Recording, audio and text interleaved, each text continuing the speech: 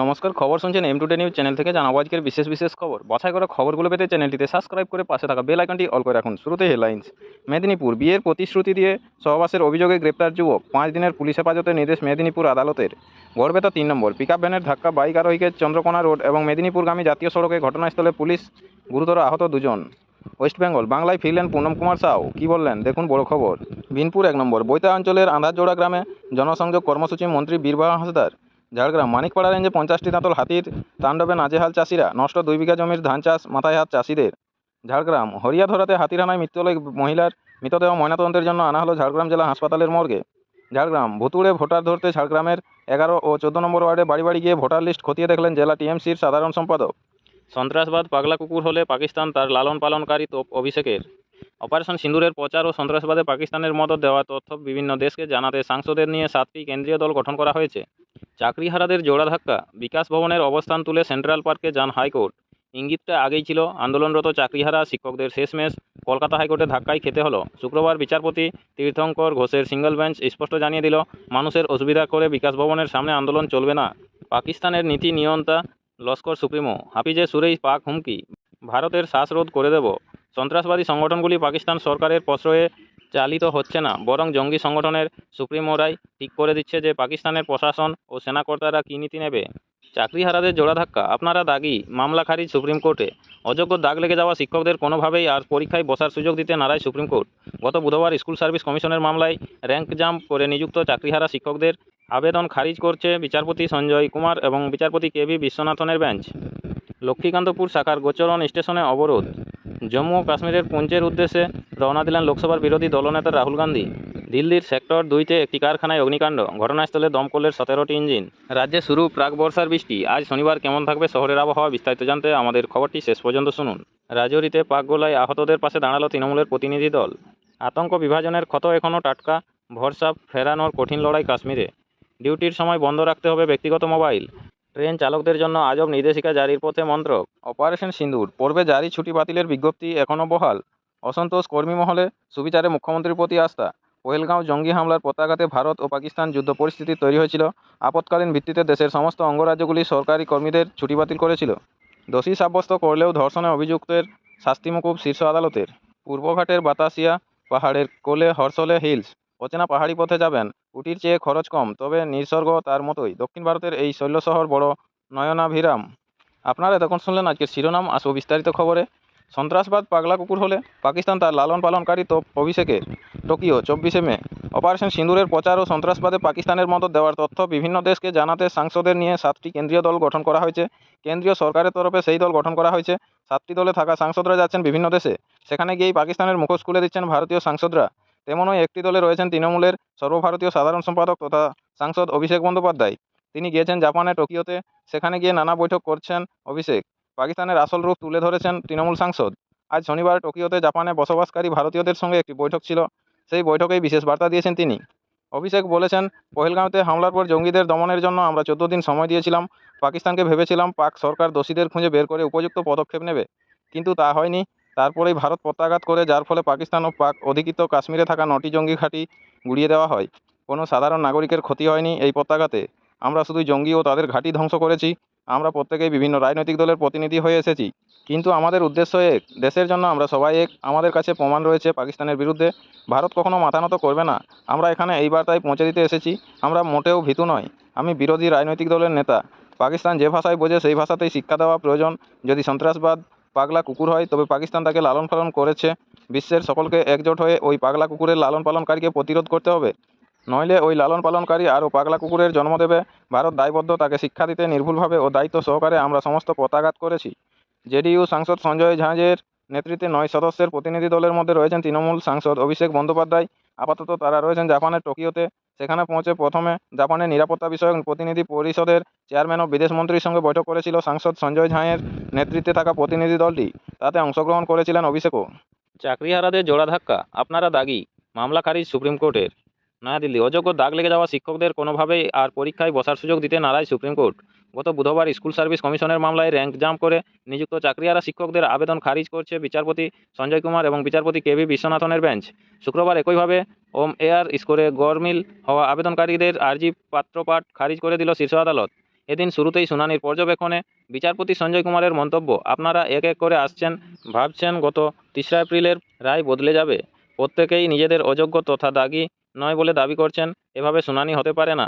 আপনারা দাগী, তবুও তার মক্কেলদের হয়ে লড়ে যান বিশিষ্ট আইনজীবী মুকুল রোহতগি এবং করুণানন্দী। প্রথমজন একাদশ ও দ্বাদশ এবং দ্বিতীয়জন নবম ও দশমের সহকারী শিক্ষকদের হয়ে সওয়াল করেন। তাদের বক্তব্য, হাইকোর্ট মূলত 3টি ক্যাটাগরিতে দাগী বা অযোগ্য বলে চিহ্নিত করেছিল। যারা সাদা খাতা জমা দিয়েছেন, প্যানেল বহির্ভূত এবং প্যানেলের মেয়াদ শেষ হওয়ার পর নিযুক্ত। এক্ষেত্রে অভিযোগ OMR সিটের সঙ্গে প্রাপ্ত নম্বরের মিসম্যাচ সংক্রান্ত। নির্দিষ্টভাবে দাগী বলে চিহ্নিত না করা সত্ত্বেও তাদের চাকরি গিয়েছে। সবচেয়ে বড় কথা, নতুন নিয়োগ প্রক্রিয়ায় এই প্রার্থীরা অংশ নিতে পারবেন না। সেই সুযোগটুকু অন্তত দেওয়া হোক। সিবিআইয়ের রিপোর্ট মোতাবেক, যা গত 3রা এপ্রিলের সুপ্রিম কোর্টের রায়ে উল্লেখ রয়েছে, মোট 8,163 জনের OMR সিটে গড়মিল ছিল। তার মধ্য থেকে নবম ও দশমে সহকারী শিক্ষকের সংখ্যা 952 জন, একাদশ ও দ্বাদশের 907 জন, বাকি গ্রুপ সি এবং ডি OMR মিসম্যাচ হওয়া সত্ত্বেও এর মধ্য থেকে নবম ও দশমে 808 এবং একাদশ দ্বাদশে 772 জনকে শিক্ষক হিসেবে নিযুক্ত করা হয়। আবেদনকারীর আইনজীবীদের বক্তব্য শুনে এদিন শুনানিতে বিচারপতি সঞ্জয় কুমার বলেন, শুধুই ওই 3 ক্যাটাগরি নয়, আপনারাও দাগের তালিকায় পড়েছেন। তাছাড়া চাকরি নিয়োগে সুপারিশ করে স্কুল সার্ভিস কমিশন, তারা এই মামলায় কিছু আবেদন করেনি। সিবিআইও নয়। তাহলে দাগী বলে চিহ্নিতরা এভাবে বারবার এসে নিজেদের অবস্থান স্পষ্ট করতে চাওয়ার কোনোই মানে হয় না। বিচারপতির বেঞ্চ স্পষ্ট ভাষায় জানিয়ে দেয়, গত 3রা এপ্রিল এ ব্যাপারে বিস্তারিত রায় দেওয়া হয়েছে, তার কোনো বদল হবে না।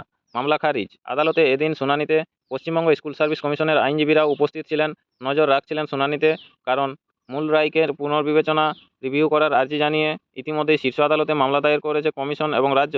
কিন্তু যেভাবে SSC সংক্রান্ত আবেদন পরপর খারিজ হচ্ছে, সেক্ষেত্রে ওই রিভিউ পিটিশনের ভবিষ্যৎ কী, প্রশ্ন কিন্তু থাকছেই। আপনাদের সকলকেই বলা হচ্ছে, যারা নিয়মিত গুরুত্বপূর্ণ খবরগুলো শুনতে চান, অবশ্যই আমাদের চ্যানেলটি সাবস্ক্রাইব করে রাখুন। ফিরে আসবো খবরে। পাকিস্তানের নীতি নিয়ন্তা লস্কর সুপ্রিমো হাফিজের সুরেই পাক হুমকি, ভারতের শ্বাসরোধ করে দেব। নয়াদিল্লি, সন্ত্রাসবাদী সংগঠনগুলি পাকিস্তান সরকারের প্রশ্রয়ে চালিত হচ্ছে না, বরং জঙ্গি সংগঠনের সুপ্রিমোরাই ঠিক করে দিচ্ছে যে পাকিস্তানের প্রশাসন ও সেনাকর্তারা কী নীতি নেবে, এমনকি কী বিবৃতি দেবে সেটাও। অর্থাৎ হাফিজ সঈদ এবং মাসুদ আজহার রায় এখন ইসলামাবাদের ডি ফ্যাক্টো চালিকা শক্তি। নীতিনিয়ন্তা পহেলগাঁও হামলা ঠিক পরেই পাকিস্তানের বিরুদ্ধে একের পর এক কূটনৈতিক পদক্ষেপ নিয়েছিল ভারত। সবথেকে শক্তিশালী পদক্ষেপ ছিল সিন্ধু চুক্তি স্থগিত করে দেওয়া এবং স্পষ্ট ঘোষণা করা যে সিন্ধু নদের জল পাকিস্তানকে দেওয়া হবে না, এক বিন্দুও। ঠিক তারপরই লাহোরে শুক্রবারের রুটিন জেহাদি সমাবেশে হাফিজ সঈদ এবং তার পুত্র তালহা সঈদ হুমকি দিয়েছিল, ভারত যদি চিরতরে জল বন্ধ করে দেয়, আমরা ভারতের নিঃশ্বাস বন্ধ করে দেব, রক্তবন্যা বইয়ে দেওয়ার ব্যবস্থা করব। বুধবার ইউনিভার্সিটি অব পাকিস্তানের এক অনুষ্ঠানে হুবহু ঠিক সেই মন্তব্যই করেছেন পাকিস্তান সেনাবাহিনীর মুখপাত্র লেফটেন্যান্ট জেনারেল আহমেদ শরীফ চৌধুরী। হাফিজ সঈদের হুমকির একটি শব্দও এদিক ওদিক হয়নি। অর্থাৎ লস্কর-ই তৈবার সুপ্রিমোর সন্ত্রাস সিলেবাসে যে বাক্য শিখিয়ে দিয়েছেন, সেটাই যেন পাকিস্তান সেনা তথা সরকার বলতে বাধ্য। আর সেটাই প্রতিফলিত হয়েছে সেনা মুখপাত্রের বক্তব্যে। বিশ্ববিদ্যালয়ের ছাত্রছাত্রী, শিক্ষক শিক্ষিকা কর্মীদের সামনে তিনি সাফ বলেছেন, ভারত আমাদের জল বন্ধ করে দিলে আমরা ভারতের শ্বাসরোধ করে দেব, রক্তবন্যা বইয়ে দেব। ভারত বহুবার বলেছে, স্টেট স্পন্সর্ড টেররিজম বা রাষ্ট্রীয় মদতে সন্ত্রাসবাদ চালায় পাকিস্তান। আন্তর্জাতিক মঞ্চ, রাষ্ট্রসংঘ, নিরাপত্তা পরিষদ সর্বত্র এ নিয়ে স্পষ্ট অভিযোগ করেছে। জানিয়েছে সরাসরি পাকিস্তান সরকার, সেনা ও ISI-এর যোগসূত্র রয়েছে সন্ত্রাসে। জঙ্গিদের রিক্রুট, প্রশিক্ষণ এবং আর্থিক সহায়তা সবই করে থাকে ইসলামাবাদ। আর তাই বছরের পর বছর হাফিজ সঈদ, মাসুদ আজহাররা প্রকাশ্যে ভারতের বিরুদ্ধে সন্ত্রাসের ডাক দেয়, জেহাদি নিয়োগ ও তাদের সীমান্তের এপারে পাঠিয়ে হামলার পরিকল্পনা চালিয়ে যায়। এই অভিযোগ এতকাল ধরে উড়িয়ে দিয়েছে ইসলামাবাদ। দাবি করেছে তাদের মাটিতে দাউদ ইব্রাহিম নেই, হাফিজ সঈদ নাকি জেলবন্দি, সন্ত্রাসের প্রশ্ন নেই। উল্টে জঙ্গি সংগঠনগুলিকে পাকিস্তান সরকার ধ্বংস করে দিয়েছে। এই আজব দাবি করে বারবার ভারতের কাছে অভিযোগের সপক্ষে প্রমাণও চেয়েছে তারা। এবার অপারেশন সিঁদুরের পর সেই প্রত্যক্ষ প্রমাণ সামনে এলো। পাক সেনা মুখপাত্রের বক্তব্যের ভিডিও গোটা বিশ্বে ছড়িয়ে পড়েছে। হাফিজ এবং আহমেদ শরীফের হুবহু এক হুমকির ভিডিও দেখে বিশ্ববাসী জানতে পারছে ভারতের অভিযোগ কতটা সত্য ছিল। সেনাকর্তার এই মন্তব্যই প্রমাণ যে হাফিজ সঈদই পাকিস্তানের এজেন্ডা নিয়ন্ত্রক। এমনকি তার বলে দেওয়া ভাষণই সেনাকে উচ্চারণ করতে হচ্ছে। জানা যাচ্ছে, এই মক্ষম প্রমাণ ভারত জানাবে রাষ্ট্রসংঘের নিরাপত্তা পরিষদে এবং ফের আবেদন করা হবে, যাতে পাকিস্তানকে কোনো রকম আন্তর্জাতিক আর্থিক সহায়তা বা অনুদান দেওয়া না হয়, কারণ সেই টাকা যায় লস্কর ও জয়েশ-ই-মোহাম্মদের কাছে, প্রধানমন্ত্রী শাহবাজ শরীফ অথবা সেনাপ্রধান আসিম মুনির নয়, পাকিস্তানের প্রক্সি শাসক হাফিজ সঈদরাই। দেখে নেব আজকে শহরের আবহাওয়ার হালচাল কী রয়েছে আপডেট। রাজ্যে শুরু প্রাক বর্ষার বৃষ্টি। আজ শনিবার কেমন থাকবে শহরের আবহাওয়া, বিস্তারিত জেনে নেব। কলকাতা, রাজ্যে শুরু হয়ে গেছে প্রাক বর্ষার বৃষ্টি, যার ফলে গরমের অস্বস্তি থেকে মুক্তি পাওয়া গিয়েছে। তাপমাত্রা কমেছে অনেকটাই। আজ শনিবার সকালে শহরের সর্বনিম্ন তাপমাত্রা ছিল 25.8 ডিগ্রি সেলসিয়াস, যা স্বাভাবিকের থেকে 1.1 ডিগ্রি কম। গতকাল শুক্রবার শহরে সর্বাধিক তাপমাত্রা ছিল 32.4 ডিগ্রি সেলসিয়াস, যা স্বাভাবিকের থেকে 3 ডিগ্রি সেলসিয়াস কম। বঙ্গোপসাগর ও আরব সাগরে ইতিমধ্যেই প্রবেশ করেছে মৌসুমি বায়ু। সূত্রের খবর, আগামী সপ্তাহে স্থলভাগে প্রবেশ করতে পারে মৌসুমি বায়ু। তার প্রভাবেই দেশে তথা রাজ্যে সর্বত্র শুরু হয়ে গিয়েছে প্রাক বর্ষার বৃষ্টি। দক্ষিণবঙ্গেও চলছে বৃষ্টি। আজ শনিবার শহরের আকাশ থাকবে আংশিক মেঘলা। হালকা বৃষ্টি কিংবা বজ্রবিদ্যুৎ সহ মাঝারি বৃষ্টির পূর্বাভাস জারি করেছে আলিপুর আবহাওয়া দপ্তর। এদিন শহরের সর্বাধিক তাপমাত্রা থাকতে পারে 32 ডিগ্রি সেলসিয়াসের ঘরে। গত 24 ঘন্টায় শহরে 6.6 মিমি বৃষ্টি হয়েছে। আপনাদের সকলকেই বলা হচ্ছে, যারা প্রতিদিন নিয়মিত সঠিক খবরগুলো শুনতে চান অবশ্যই আমাদের চ্যানেলটি সাবস্ক্রাইব করে রাখুন। ফিরে আসবো খবরে। আতঙ্ক বিভাজনের ক্ষত এখনও টাটকা, ভরসা ফেরানোর কঠিন লড়াই কাশ্মীরে। শ্রীনগর যেথা গৃহের প্রাচীর, আপন প্রাঙ্গণতলে দিবস সর্বরী, বসুধারে রাখে নাই খুণ্ড ক্ষুদ্র করি। ভূস্বর্গ এখন সেই পৃথিবীকে কাছে টানতে প্রাণপণ চেষ্টা চালাচ্ছে। এমন চেষ্টার কি কোনো প্রয়োজন ছিল, যদি না নারকীয় জঙ্গি হামলার সাক্ষী থাকত পহেলগাঁও। পর্যটকদের ধর্ম বেছে গুলি করেছিল সন্ত্রাসবাদীরা। সেই বিভাজনের চেষ্টা, সেই আতঙ্ক কাশ্মীরকে টুকরো টুকরো করে না দিলেও তার বুকে বড়সড় ক্ষতের সৃষ্টি করেছে। সেই ক্ষত মেরামতের কঠিন লড়াই চালাচ্ছেন কাশ্মীরিরা। ঠিক 30 দিন আগে 26 জন নিরীহ পর্যটকের তাজা রক্তে রাঙা হয়ে উঠেছিল পহেলগাঁওয়ের বৈশরণ উপত্যকার সবুজ ঘাস। এভাবে ধর্ম পরিচয় জেনে জঙ্গিদের গুলি চালানোর ঘটনা ভারতেই প্রথম। কাশ্মীরিদের সবার বুকে কাঁপুনি ধরিয়ে দিয়েছে পহেলগাঁওয়ের বর্বর হত্যাকাণ্ড। এই এক মাসে বদলে গিয়েছে অনেক কিছুই। তারা শোকাতুর হয়েছেন, তেরঙ্গা হাতে প্রতিবাদে ফেটে পড়েছেন। জঙ্গিদের তৈরি বিভাজনের চাওড়া ফাটল মেরামতে চেষ্টার কোনো কসুর করছেন না। শুক্রবার ধর্মপ্রাণ মুসলিমদের বিশেষ প্রার্থনার দিন।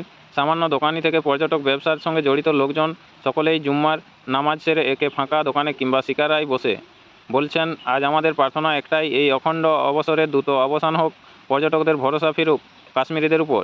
আস্থা ফেরাতে চেষ্টাও কম করছেন না হোটেল, হোম স্টে, রেস্তোরাঁ, ঐতিহ্যবাহী পোশাক আশাকের দোকান মালিক থেকে শুরু করে ট্যাক্সি, অটো চালক কিংবা শিকারার মাঝিরা।